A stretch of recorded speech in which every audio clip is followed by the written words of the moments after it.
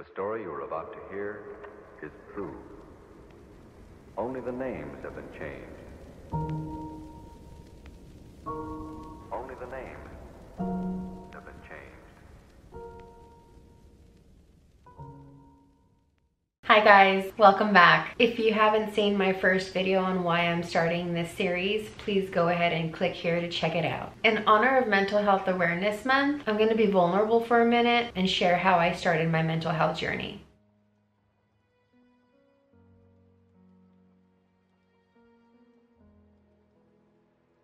There are moments in our life that define us. You never know when a defining moment can occur, but once it has, your life will never be the same. I've had my share of life-altering moments. Some good, like meeting my wife, getting the job, getting the promotion, and some bad. Then there's those unexpected moments, like the night of Sunday, January 7th, 2017. It's funny how life works.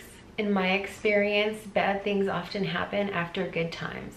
We had just celebrated my dad's birthday and were driving home from my parents' house. We live about 2 hours away and were almost halfway home when we came across what appeared to be an accident on the freeway. We noticed cars quickly pulling over, and as we passed, we noticed debris on the freeway. It was then that we realized the debris was dismembered body parts.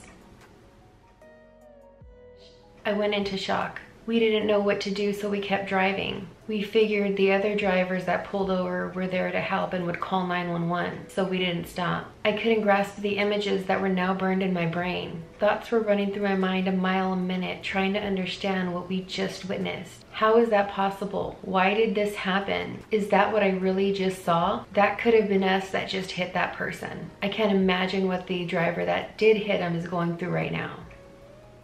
It's not natural to see something that gruesome and tragic at all, let alone in that close proximity. I don't wish it on anyone. I won't go into further details, but I will say that this incident triggered me and I fell into a deep depression. It was affecting every aspect of my life. I shut down and shut the world out. I couldn't talk about the incident with others because I was ashamed to have experienced it myself. I also knew the impact it had on my life, and I didn't want to share it with somebody else and inadvertently trigger them as well. I can imagine the graphic picture you created in your mind just hearing me speak about this. So I held on to it. I tried pushing it down and ignoring it like I always did, but this time it wasn't working. I want you to think about it this way.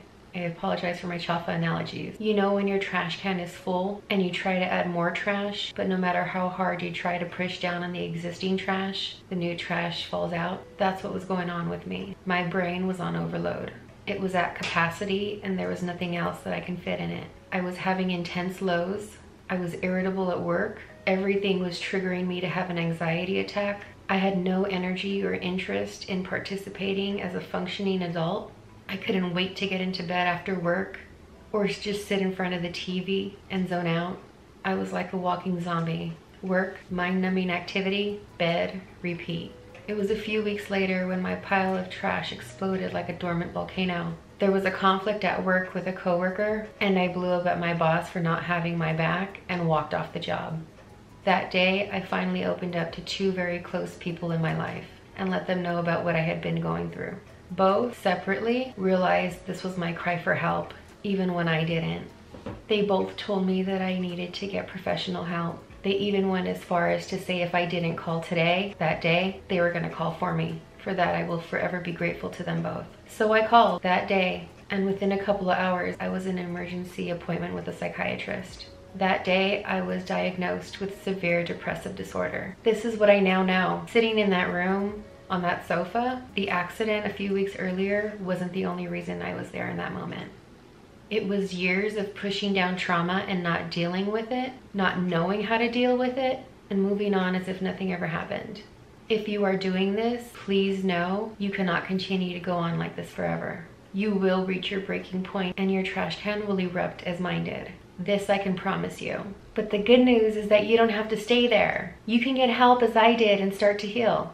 There is no one way to start your healing journey. After that day, I continued speaking with a psychiatrist and I began taking medication to regulate my mood and emotions. I plan to go into more detail about my journey to self-development going forward. I'm sharing my story with you in hopes that it finds someone and helps them realize that they are not alone and this too shall pass. If you're still watching this, please let me know in the comments below so I can personally thank you. I want to end with this. If you know someone that has been distant lately, or has a friend that hasn't texted or called in a while, please reach out to them. Text them to say hi and that you're thinking of them. I promise you it will make a difference.